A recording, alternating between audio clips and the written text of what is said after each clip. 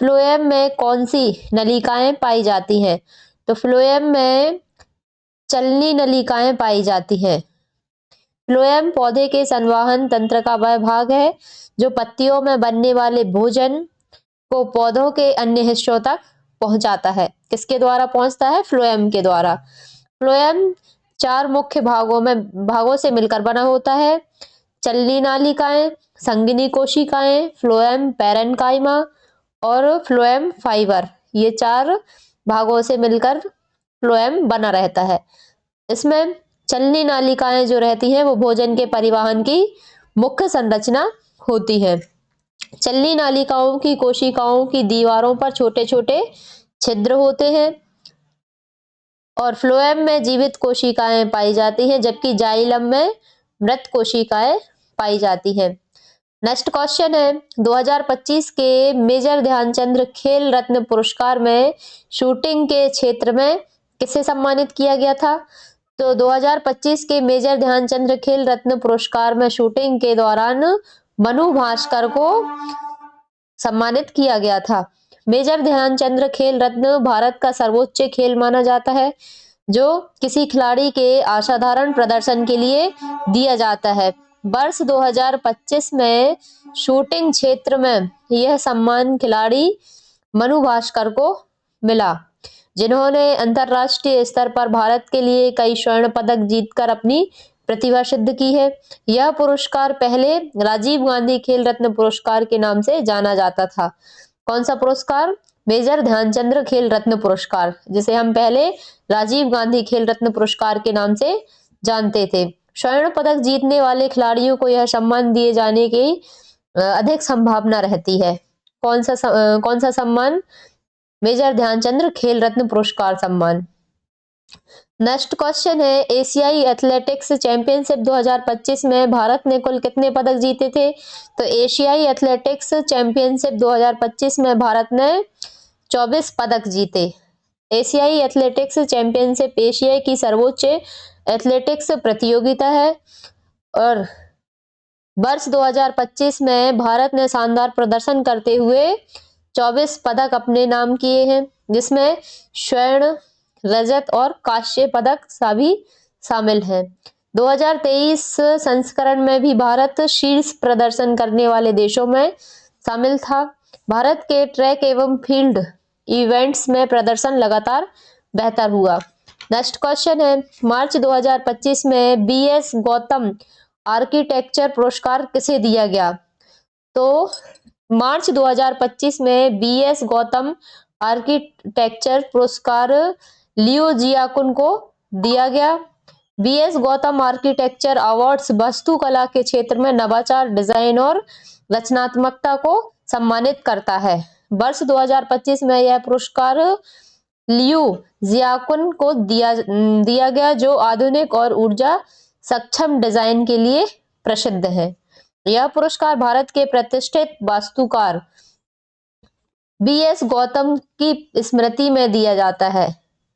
Next question है भारत के चुनाव आयोग द्वारा लॉन्च किए जा रहे नए डिजिटल प्लेटफॉर्म वन स्टॉप को क्या नाम दिया गया?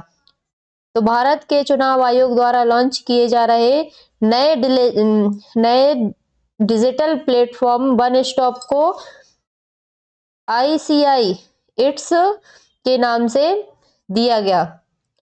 ICI इट्स एक आधुनिक डिजिटल प्लेटफॉर्म है जिसे चुनाव आयोग ने मतदाता सेवाओं, उम्मीदवार जानकारी, पंजीकरण एवं शिकायत निवारण को आसान करने के उद्देश्य से बनाया है। यह एक वन स्टॉप डिजिटल सॉल्यूशन है। चुनाव आयोग डिजिटल इंडिया अभियान के तहत सेवाओं को तेजी से ऑनलाइन कर रहा है। नेक्स्ट क्वेश्चन है जे थॉमसन का परमाणु मॉडल किस रूप में माना गया? तो जे थॉमसन का परमाणु मॉडल एक धनावेशित गोले के रूप में माना गया।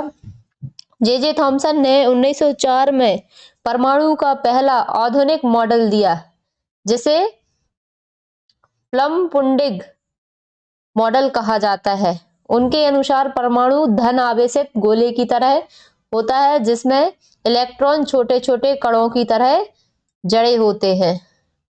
इस मॉडल को बाद में रदरफोर्ड के स्वर्ण पत्र प्रयोग ने गलत साबित किया।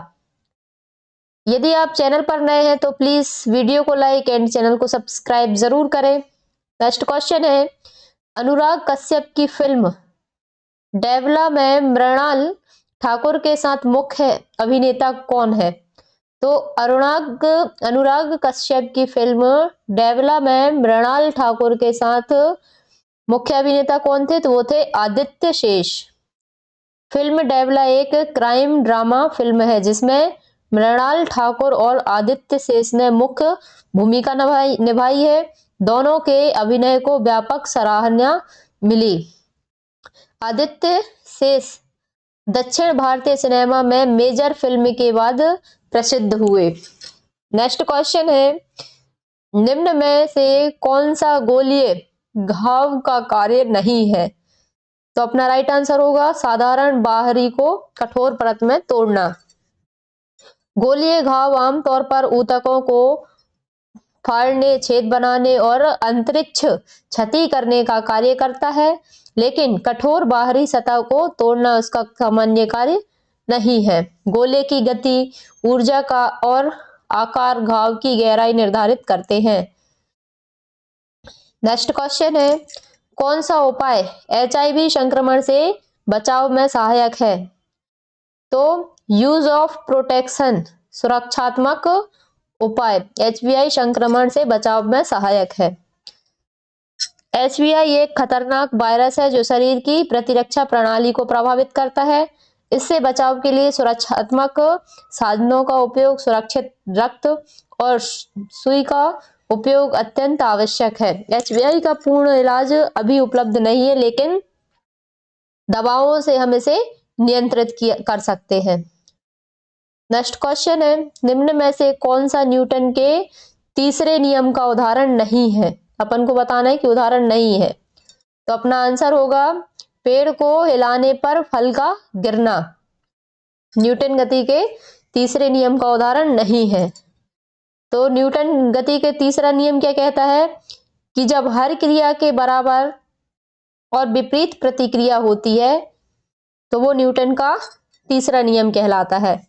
लेकिन पेड़ हिलाने पर फल का गिरना गुरुत्वाकर्षण से प्रभावित घटना है, ना कि क्रिया प्रतिक्रिया है। न्यूटन का तीसरा नियम रॉकेट लॉन्च में पूर्ण रूप से लागू होता है। नेक्स्ट क्वेश्चन है, 2025 में पर्यावरणीय अधिवक्ता पुरस्कार किसे दिया गया? तो अपना राइट आंसर है कैली स्लेटर। यह पुरस्कार पर्यावरण संरक्षण के लिए महत्वपूर्ण योगदान देने वाली शख्सियत को दिया। 2025 में इसे कैली स्लेटर प्रसिद्ध सर्फर और पर्यावरण कार्यकर्ता को दिया गया। कैली स्लेटर समुद्र संरक्षण अभियानों में सक्रिय है।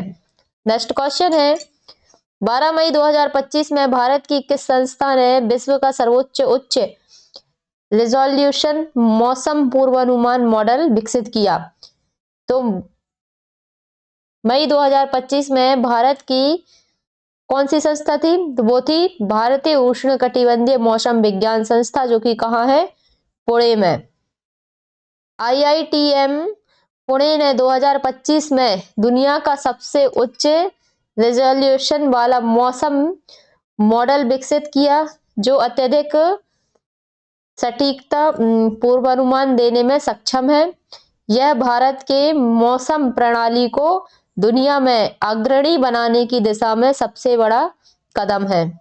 IITM मानसून अनुसंधान में विश्व की सबसे महत्वपूर्ण संस्थाओं में से एक है।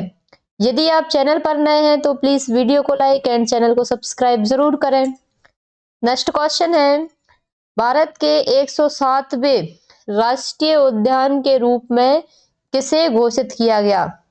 तो किसे घोषित किया गया था? सिमिलीपाल टाइगर रिजर्व को।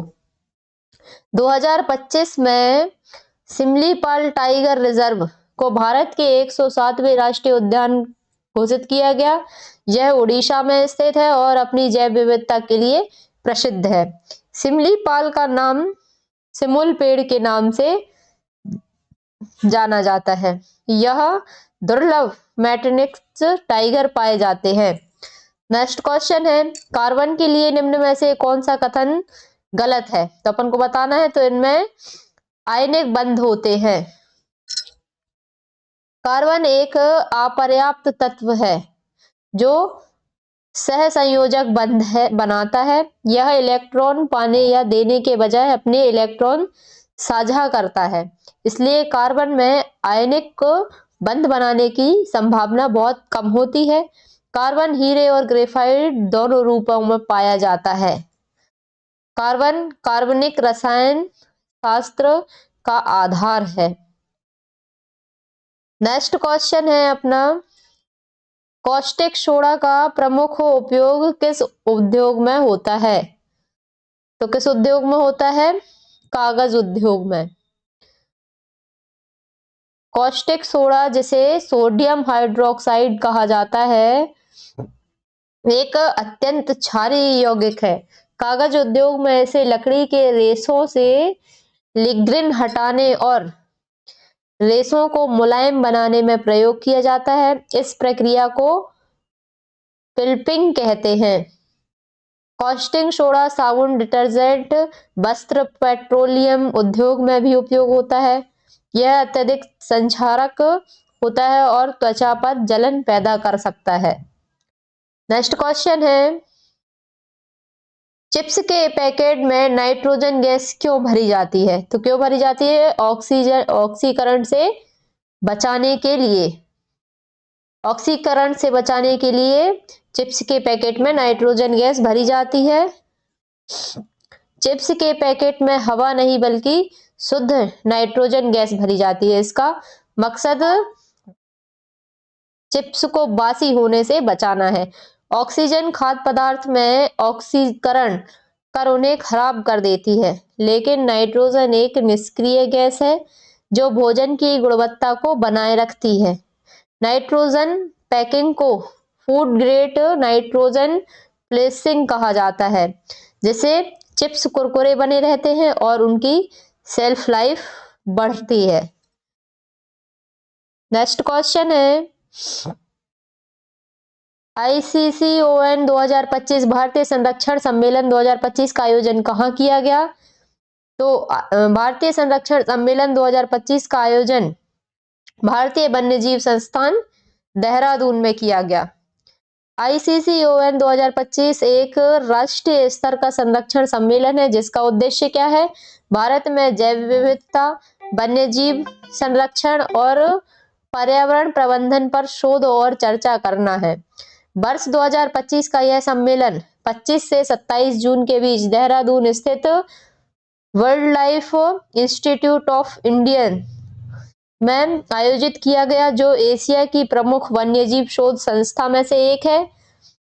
विल की स्थापना 1982 में हुई थी। यह संस्थान प्रोजेक्ट टाइगर, प्रोजेक्ट हाथी जैसे कई राष्ट्रीय कार्यक्रमों में महत्वपूर्ण भूमिका निभाता है। देहरादून को भारत की कंजर्वेशन कैपिटल भी कहा जाता है।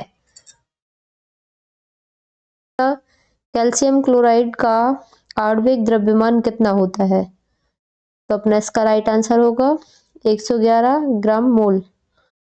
कैल्शियम क्लोराइड एक आयनिक यौगिक है जिसमें एक कैल्शियम और 2 क्लोरीन परमाणु होते हैं। कैल्शियम का परमाणु द्रव्यमान 40 है और क्लोरीन का परमाणु द्रव्यमान 35.5। इस प्रकार इसका कुल आणविक द्रव्यमान 40 प्लस 35.5 गुणित 2 बराबर 111 ग्राम मोल है। कैल्शियम क्लोराइड का उपयोग सड़कों पर बर्फ पिघलाने के लिए किया जाता है। यह अत्यधिक हाइग्रोस्कोपिक होता है, यानी हवा से तुरंत नमी सोख लेता है। नेक्स्ट क्वेश्चन है अपना, वर्ष 2025 में किस क्रिकेटर को पद्मश्री पुरस्कार से सम्मानित किया गया? तो अपना राइट आंसर होगा रविचंद्रन अश्विन को। रविचंद्र अश्विन भारत के प्रमुख ऑफ स्पिन गेंदबाज हैं। टेस्ट क्रिकेट में वे भारत की ओर से सबसे सफल गेंदबाजों में से एक माने जाते हैं। कौन? रविचंद्रन अश्विन। वर्ष 2025 में खेल के क्षेत्र में महत्वपूर्ण योगदान के लिए उन्हें पद्मश्री सम्मानित किया गया। अश्विन 450 प्लस टेस्ट विकेट लाने वाले गेंदबाजों की सूची में शामिल हैं और उन्होंने कई बार आईसीसी रैंकिंग में नंबर 1 गेंदबाज के स्थान भी प्राप्त किया है। किसने? रविचंद्रन अश्विन ने। नेक्स्ट क्वेश्चन है, मूल ध्वनि और परावर्तित ध्वनि के बीच न्यूनतम समयांतर कितना होता है?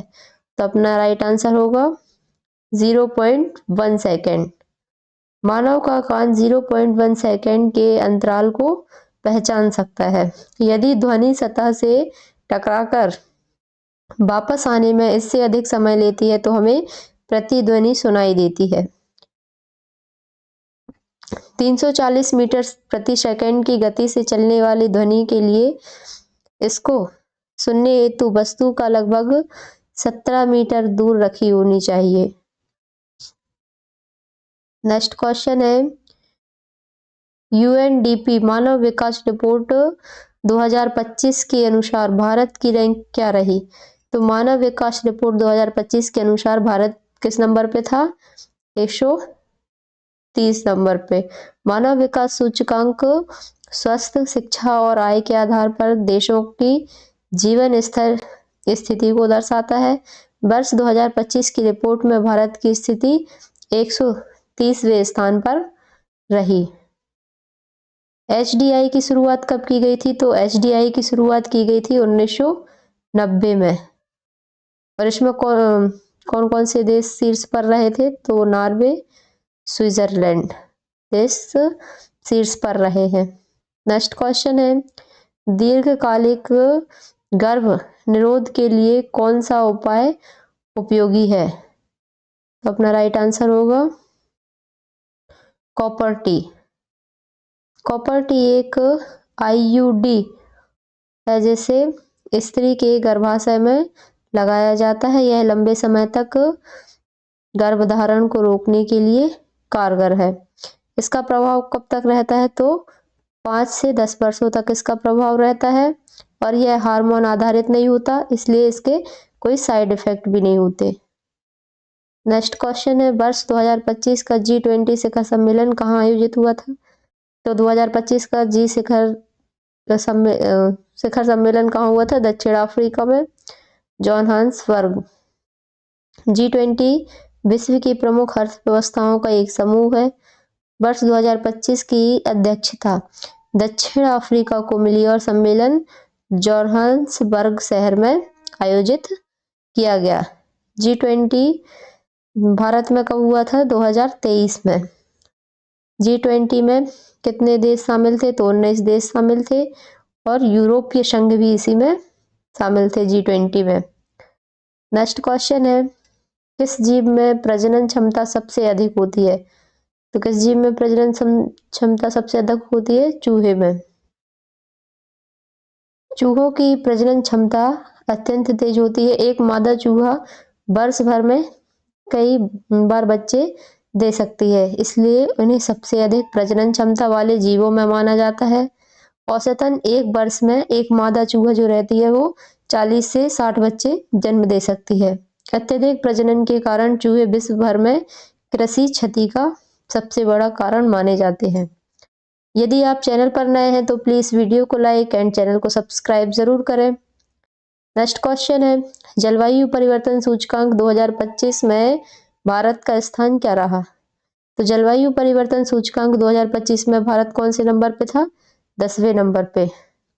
क्लाइमेट चेंज परफॉर्मेंस इंडेक्स वैश्विक जलवायु प्रयासों को मापता है। वर्ष 2025 में भारत 10वें स्थान पर रहा, जो भारत की जलवायु नीति और अक्षय ऊर्जा प्रयासों में सुधार को दर्शाता है। भारत नवीकरणीय ऊर्जा विस्तार में दुनिया के शीर्ष देशों में से एक है। CCPI में शीर्ष 3 स्थान अक्सर खाली छोड़े जाते हैं क्योंकि कोई देश आदर्श स्तर तक नहीं पहुंचता। नेक्स्ट क्वेश्चन है, वर्ष 2025 विश्व जूडो चैंपियनशिप कहाँ आयोजित की गई थी? तो हंगरी बुडापेस्ट में आयोजित की गई थी। विश्व जूडो चैंपियनशिप अंतर्राष्ट्रीय जूडो महासंघ द्वारा आयोजित की जाती है। वर्ष 2025 की मेजबानी बुडापेस्ट हंगरी ने की। यह शहर कई बार जूडो और अन्य खेल आयोजनों का केंद्र रहा है। यह प्रतियोगिता ओलंपिक क्वालिफिकेशन में भी महत्वपूर्ण भूमिका निभाती है। कौन सी? Judo championship. हंगरी खेल आयोजनों के लिए यूरोप में लोकप्रिय स्थान है। नेक्स्ट क्वेश्चन है, निम्न में से कौन सा पदार्थ क्रिस्टलीय होता है? तो कौन सा पदार्थ क्रिस्टलीय होता है? रेत और नमक। क्रिस्टलीय पदार्थ वे होते हैं जिनमें कण एक नियमित ज्यामितीय संरचना में व्यवस्थित रहते हैं। नमक एक स्पष्ट क्रिस्टलीय ठोस है जिसके घनाकार क्रिस्टलीय पाए जाते हैं। रेत भी क्रिस्टलीय संरचना रखती है। क्रिस्टलीय पदार्थ में गलनांक निश्चित होता है। अमॉर्फ पदार्थ में कण अनियमित रूप से व्यवस्थित रहते हैं, जैसे कांच। इसमें कण जो रहते हैं वो अनियमित रूप से व्यवस्थित रहते हैं। नेक्स्ट क्वेश्चन है, ऑस्ट्रेलियन ओपन 2025 एकल खिताब किसने जीता? तो ऑस्ट्रेलियन ओपन 2025 पुरुष एकल खिताब किसने जीता था? जेनिक सिनर ने। जेनिक सिनर इटली के युवा टेनिस खिलाड़ी हैं। 2025 में उन्होंने शानदार प्रदर्शन करते हुए ऑस्ट्रेलियन ओपन पुरुष एकल खिताब जीता। यह जीत उनके करियर की सबसे महत्वपूर्ण उपलब्धियों में से एक मानी जाती है। यह खिताब जीतकर वे ऑस्ट्रेलियन ओपन जीतने वाले इटली के शीर्ष खिलाड़ियों में शामिल हुए। कौन? Jannik Sinner. Australian open 4 grand slam में से एक है। नेक्स्ट क्वेश्चन है, प्राकृतिक पारिस्थितिकी तंत्र का उदाहरण क्या है? तो प्राकृतिक पारिस्थितिकी तंत्र का उदाहरण है वन। वन एक प्राकृतिक पारिस्थितिकी तंत्र है जो प्राकृतिक रूप से विकसित होता है और इसमें पौधे, जानवर, सूक्ष्म जीव, मिट्टी, जल, हवा आदि सब शामिल होते हैं। किसमें? वन में। यह जैव विविधता का प्रमुख केंद्र है। प्राकृतिक इकोसिस्टम बिना मानव हस्तक्षेप के स्वयं संतुलित रहते हैं। जैसे झील, नदी, मरुस्थल भी प्राकृतिक पारिस्थितिकी तंत्र के उदाहरण है। नेक्स्ट क्वेश्चन है, एक दूसरे के पास बैठे दो मित्र के बीच गुरुत्वाकर्षण बल महसूस क्यों नहीं होता? तो क्यों नहीं होता? क्योंकि गुरुत्वाकर्षण बल बहुत कमजोर होता है। न्यूटन के सर्वत्र गुरुत्वाकर्षण नियम के अनुसार हर दो वस्तुओं के बीच आकर्षण बल होता है, परंतु यह बल तभी महसूस होता है जब द्रव्यमान बहुत बड़ा हो, जैसे पृथ्वी। मनुष्य के द्रव्यमान बहुत कम होने के कारण उनके बीच गुरुत्वाकर्षण बल अत्यंत कमजोर होता है, इसलिए वह हमें महसूस नहीं होता। मनुष्यों के बीच गुरुत्वाकर्षण बल माइक्रो न्यूटन स्तर का होता है। पृथ्वी का द्रव्यमान अत्यधिक होने के कारण उसका गुरुत्वाकर्षण हमें स्पष्ट महसूस हो सकता है। नेक्स्ट क्वेश्चन है, एशियाई जिम्नास्टिक चैंपियनशिप 2025 के वॉल्ट फाइनल में कांस्य पदक किसने जीता था? तो अपना राइट आंसर होगा प्रणति नायक ने। प्रणति नायक भारत की अंतर्राष्ट्रीय स्तर की जिम्नास्टिक खिलाड़ी हैं। 2025 में उन्होंने एशियाई जिम्नास्टिक चैंपियनशिप के वॉल्ट इवेंट में शानदार प्रदर्शन किए, ब्रॉन्ज मेडल अपने नाम किया। प्रणति नायक भारत की दूसरी महिला जिम्नास्टिक हैं जिन्होंने एशियन लेवल पर पदक जीते थे। जिम्नास्टिक वॉल्ट इवेंट अत्यंत तकनीकी और संतुलन आधारित प्रतियोगिता है। भारत ने राफेल के लिए किस देश से समझौता किया है? तो अपना इसका आंसर होगा, भारत ने राफेल लड़ाकू विमानों की खरीद के लिए फ्रांस के साथ समझौता किया है। किसके साथ? फ्रांस के साथ। राफेल एक मल्टी रोल फाइटर जेट है जिसे फ्रांस की कंपनी डसल्ट एविएशन बनाती है। भारत ने 2016 में फ्रांस के साथ 36 राफेल विमानों की खरीद के लिए लगभग 58,000 करोड़ रुपए का समझौता किया है। किसने? भारत ने। यह विमान हवा से हवा और हवा से भूमि और न्यूक्लियर मिशन में सक्षम है। राफेल की मुख्य खासियतें क्या क्या हैं? तो ये मेटर मिसाइल, स्कैल्प मिसाइल, हैमरकेट और ओमनी रोल क्षमता और उन्नत एवियोनिक्स इसकी विशेषताएं हैं। किसकी? राफेल की। राफेल दुनिया के चुनिंदा फाइटर जेट्स में से एक है जो 4.5 जनरेशन श्रेणी में आता है और भारतीय वायुसेना की लड़ाकू क्षमता को काफी बढ़ाता है। नेक्स्ट क्वेश्चन है अपना, बैडमिंटन वर्ल्ड चैंपियनशिप 2024 में विजेता कौन रहा? तो 2024 बैडमिंटन वर्ल्ड चैंपियनशिप के पुरुष विजेता कौन थे? पुरुष एकल विजेता थे विक्टर एक्सेल्सन, डेनमार्क। और जबकि महिला एकल का खिताब किसने जीता था? कैरोलिना मारिन ने जीता था। कहाँ से? स्पेन से। बैडमिंटन वर्ल्ड चैंपियनशिप 2024 का आयोजन पेरिस और फ्रांस में किया गया। यह बैडमिंटन का सबसे प्रतिष्ठित टूर्नामेंट है जिसे WWF बैडमिंटन वर्ल्ड फेडरेशन आयोजित करती है। पुरुष एकल विजेता कौन थे? तो पुरुष एकल विजेता है विक्टर एक्सेल्सन, डेनमार्क से। और वे आधुनिक बैडमिंटन के सबसे सफल खिलाड़ियों में से माने जाते हैं और कई बार विश्व चैंपियन रह चुके हैं। कौन? विक्टर डेल्सन-मार्क। महिला एकल विजेता, तो महिला एकल विजेता है कैरोलिना मारिन। कैरोलिना मारिन दुनिया की पहली यूरोपीय खिलाड़ी है जिन्होंने बैडमिंटन में इतना बड़ा बदलाव किया है। नेक्स्ट क्वेश्चन है अपना, HCl और NaHCO3 को मिलाने पर क्या रासायनिक अभिक्रिया होती है? तो क्या रासायनिक अभिक्रिया होती है? HCl प्लस NaHCO3 दोनों को मिलाने से NaCl sodium chloride plus H2O जल plus CO2 carbon dioxide gas बनती है। कौन कौन सी चीजें बनती हैं? सोडियम क्लोराइड बनती है, नमक बनता, पानी बनता है और कार्बन डाइऑक्साइड गैस बनती है। किस किस को मिलाने से? HCl को और NaHCO3 को। यह एक एसिड बेस प्रकार की अभिक्रिया है जिसमें HCl और NaHCO3 बेकिंग सोडा मिलाते ही झाग बनती है क्योंकि इसमें कौन सी गैस निकलती है? कार्बन डाइऑक्साइड गैस निकलती है जिसे न्यूट्रलाइजेशन प्रतिक्रिया भी कहते हैं। घर में केक बनाते समय इसी प्रक्रिया के गैस बनती है जिससे क्या होता है? हमारे केक फूलते हैं। यदि आप चैनल पर नए हैं तो प्लीज वीडियो को लाइक एंड चैनल को सब्सक्राइब जरूर करें। नेक्स्ट क्वेश्चन है अपना, किसी खाली बोतल को पानी में गिराने पर उसमें कौन सा बल लगता है? तो कौन सा बल लगता है किसी बोतल को जब हम पानी में गिराते हैं? तो ऊर्ध्वाधर उत्प्लावन बल। जब कोई वस्तु पानी में डाली जाती है तो उस पर नीचे से ऊपर की ओर एक बल लगता है जिसे हम क्या कहते हैं? उत्प्लावन बल कहते हैं। यह बल उतनी मात्रा के द्रव के भार के बराबर होता है जितनी वस्तु की जितना द्रव वह वस्तु विस्थापित करती है। यह किस सिद्धांत में बताया गया है? तो यह आर्किमिडीज के सिद्धांत में समझाया जाता है।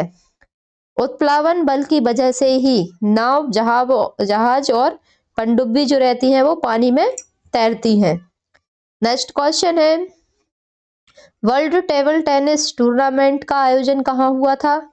तो विश्व 2025 टेबल टेनिस चैंपियनशिप कतर के दोहा शहर में 17 से 25 मई 2025 तक आयोजित की गई थी। कहाँ? कतर के दोहा शहर में, जिसमें लुसेल स्पोर्ट्स एरेना मुख्य स्थल था और चीन के खिलाड़ियों ने भी इसमें कई खिताब जीते थे। किसमें? वर्ल्ड टेबल टेनिस टूर्नामेंट में। नेक्स्ट क्वेश्चन है अपना, इंडिया ओपन 2024 में पुरुष एकल का खिताब किसने जीता था? तो इंडिया ओपन 2024 में पुरुष एकल का खिताब सियुकी ने 2024 में पुरुष एकल का खिताब जीता। सियुकी ने फाइनल मुकाबले में हांगकांग के ली चैक यू को 23 से 21 और 21 से 17 से हराया। यह उनकी कैरियर की बेहतरीन जीतों में से एक मानी गई। इंडियन ओपन सुपर 750 टूर्नामेंट में उनका प्रदर्शन बेहतर स्थिर रहा और उनकी कोर्ट कवरेज तथा आक्रामक स्मेल्स निर्णायक साबित हुई। सियुकी इससे पहले 2018 में भी इंडियन ओपन जीत चुकी हैं। 2018 में कौन ने जीता है? सियुकी ने। Indian open VWF world tour के सुपर 750 स्तर का टूर्नामेंट था। तो दोस्तों आज हमें इतने ही क्वेश्चन मिल पाए हैं। यदि आपका एग्जाम रहा हो तो प्लीज और भी क्वेश्चंस आप हमें टेलीग्राम चैनल पर भेज सकते हैं। तो दोस्तों आपकी सफलता ही हमारा मकसद है। अगर आज की वीडियो आपको पसंद आई हो तो वीडियो को लाइक और शेयर जरूर करें और ऐसी ही नई अपडेट और जीके की वीडियोस देखने के लिए सब्सक्राइब कर लें और इस वीडियोस की PDF के लिए हमारे टेलीग्राम चैनल को ज्वाइन करें। मिलते हैं अगली वीडियो में। Thank you. जय श्री कृष्ण।